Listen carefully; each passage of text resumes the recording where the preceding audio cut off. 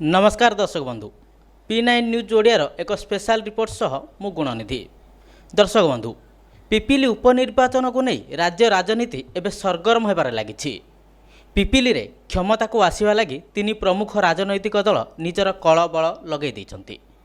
पिपिली रे लगी हेवीवेट भिड़ तीन प्रमुख राजनैतिक दलर नेता माने पकाइछन्ति डेरा। तेबे पिपिली रे केते दूर विकास होइछि एने अधिक सूचना देवा लगी ग्राउंड जीरो रही आम रिपोर्टर बापू बेहरा। पिपिली उत्तरायण कोल्ड स्टोर रे अछंती बापू बेहरा स्थानीय लोकंक नेइछन्ति मतामत। तेबे चलतु सीधा सड़क जीवा बापू बेहरा पाखक। पिपिली उपनिर्वाचन को नहीं बढ़ी चली क्रेज नामांकन दाखल कर राज्यर तीन प्रमुख दल। तेबे पिपिली रे कौन रही विकास एवं विकास समस्या से ने आमे आज पहुँचीचु ग्राउंड जीरो रे करवा रियलिटी चेक। आमे बर्तमान आसी पहुँचीचु पिपिली रे एकमात्र थिबा कोल्ड स्टोर जोटा सासंग ठारे अछि। आमे सेठी आसी पहुँचीचु एवं देखिबा जे कोल्ड स्टोर केते दिन धरी बंद अवस्था रे पड़ी रही। राज्य सरकार विकास डेंडेमा पिटुथबा ए कोल्ड स्टोर तार ज्वलंत उदाहरण देछि जे कोल्ड स्टोर रे की प्रकार अव्यवस्था रही। जराजीर्ण अवस्था रे पड़ी रही पिपिली रे ए शीतल भंडार।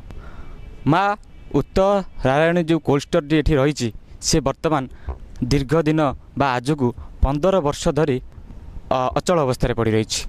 जितेबाला विधायक थिले स्वर्गत प्रदीप महारथी तांको सहित जितेबाला पुरी एमपी ब्रज किशोर त्रिपाठी थिले सी सेतेबाला एई शीतल भंडार बा कोल्ड स्टोर उद्घाटन करथिले एवं आज को 15 वर्ष हेलानी ए कोल्ड स्टोर अचल अवस्था पड़ी रही। तेबे कोल्ड स्टोर टी अचल अवस्था पड़ी रही बेले सबुठ बड़ कथा होउची विद्युत बकेया ए कोल्ड स्टोर उपरे लक्षाधिक टंकार पड़ी। तेबे कथा उठुची जे कोल्ड स्टोर जेतेबेले बंद थिला एवं जो विद्युत बिल रही से बिल किए पैठ करता बा किभली भाबे पैठ करा जाय नै। जेहेतु चाषी माने सेमानकर फसल आलू टमाटो एठारे गच्छित कर रखि थांते ए शीतल भंडार रे दीर्घ दिन पई से माने तांकर सुविधा रे रखि थांते एवं तापरे बाजार को जाई से बाजार रो जो उद्दिष्ट मूल्य रे बिक्री होई चाषी को सेमानकर हक मिली थांदा। किंतु पिपिली रो चाषी आज जे अव्यवस्था रे पड़ी पिपिली रो चाषी को किए पचारुछि एने आमे अधिक आलोचना करिबा जे चाषी सहित कोल्ड स्टोर को नहीं तांकर प्रतिक्रिया कौन रोच। बर्तमान कौन कहे पिपिली रे जो कोल्ड स्टोर टी रही ये केते दिन अवस्था रे एमिति जराजीर्ण अवस्था रे पड़ी रही। 10-15 वर्ष है बंद अच्छी। आगुरी एठारे जो आलू रोला किछि दिन रोथो सी आलू पुणी पोचाई फोपड़ा होता बाहर फोपड़ा होता चाषी ये आलू सोते किंतु आलू पाऊन जोले फनी आसला फनी तो देखुए सब भांगी पड़ी ये भित्तिभूमि देखुए जे कि कम होनी आलू कोल्ड स्टोर ना जी पैसा ये इलेक्ट्रिक बिल बाकी पड़ी से पैसा दे पारना कोल्ड स्टोर को चलाऊना चाषी गवर्नमेंट ये सब किसी बहुत किसी करुच्ची बिलिया खाता खतियार रोचे किंतु चाषी किसी पाऊना चाषी जिते आंदोलन कर आंदोलन होता कहते ये गोटे मल्टी कोल्ड स्टोर करेंगे बोली किंतु से प्रतिश्रुति रही जाइए चाषी एपर्यंत भी किसी उपकृत ये पाईना। निहाती भाव में आम आउ जन प्रतिक्रिया ना जे कोल्ड स्टोर जो रही विद्युत बकेया ठारू आरंभ कर दीर्घ दिन है बंद हो रही ए बाबद कौन कहे। आज्ञा देखु कोल्ड स्टोर जहाँ विद्युत बाकी रही पॉलिटिकल नेता माने आपको सब शोषण करी बिल गवर्नमेंट को नदे निजे आपको पकई सब खाई खुंटू खोल करके लास्ट को आलू आज्ञा जो चाषी मैंने थोड़े से आलू को भी बिल बंद हवा ना लाइन बंद हवा ना से आलू को भी शो कर किसी उपरू देखईदे लोक को तापर लास्ट को भी से आलू भी बिकिक खाइले एमती चाषी आज्ञा ये बहुत हईराण हो कथा ये लास्ट घर भी आपड़ी पड़ी सब देखुए ये चाषी बहुत हईराण आज्ञा सम्मुखीन होती कि चाषी की मारी सारे ये आम एठिकार नेता आमको सब मारी सारे चाषी टे बहुत हईराण आज्ञा होती तुरंत आप तदारक कराई ये जो मैंने ये जगह पर किसी माने हस्तक्षेप कर आईन अनुजाई किसी कार्यक्रम कराऊ कि चाषी केमती बचा को से भी सरकार टे पदक्षेप करूँ।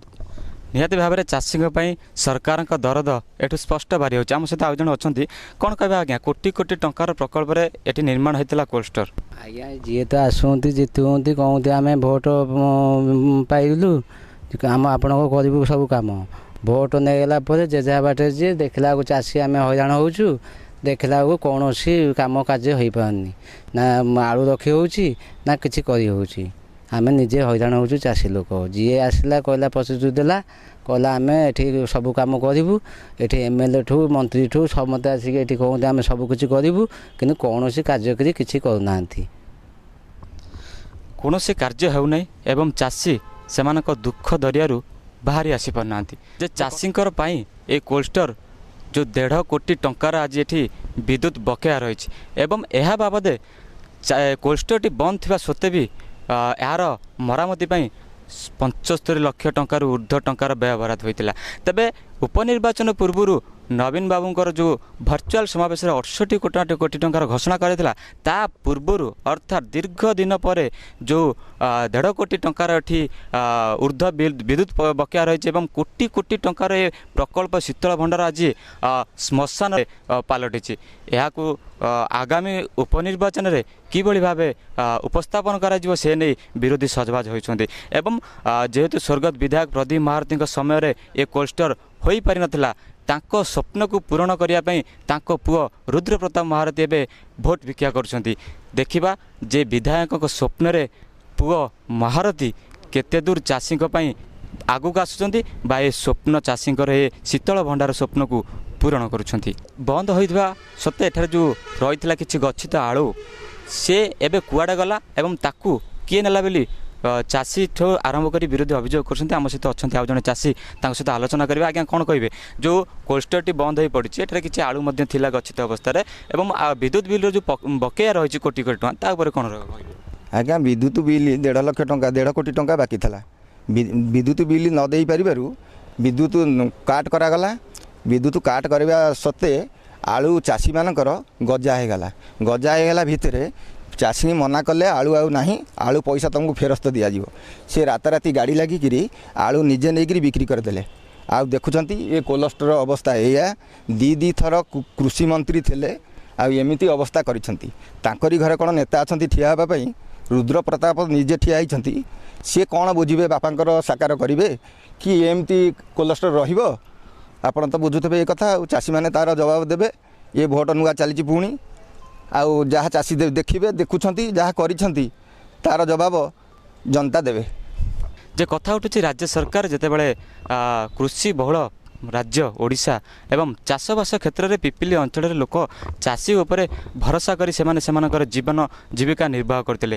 ପିପିଲିର ଫସଲ ବା ଆଳୁ ଟମାଟୋ ଦିନେ ଓଡ଼ିଶା ରାଜ୍ୟ ସାରା ସବୁଆଡ଼େ ପରିଚାଳିତ ହେଉଥିଲା, କିନ୍ତୁ ଏଠି ବର୍ତ୍ତମାନ ପିପିଲିରେ ଏହି ଶୀତଳ ଭଣ୍ଡାରର ଦୃଶ୍ୟରୁ ଆପଣ ଚିନ୍ତା କରୁଥିବେ ରାଜ୍ୟ ସରକାରଙ୍କର ଯେଉଁ ଚାଷୀ ପ୍ରତି ଦରଦ ଥିଲା ତାହା କେତେ ଦୂର ହୋଇପାରୁଛି।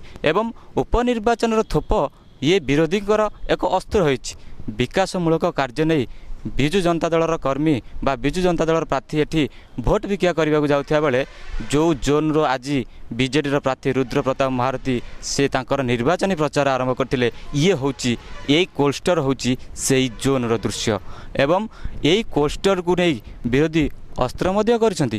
ଉପନିର୍ବାଚନରେ ଏ କୋଲ୍ଡ ଷ୍ଟୋର କେତେ ସଫଳ ହେବ ଏବଂ ଯେଉଁ ଚାଷୀଙ୍କର ସ୍ୱାର୍ଥ ରହିଛି ସେ କେତେ ଦୂର ସାଧନ ହେବ ତାହା ଏବେ ଦେଖିବାକୁ ବାକି ରହିଲା।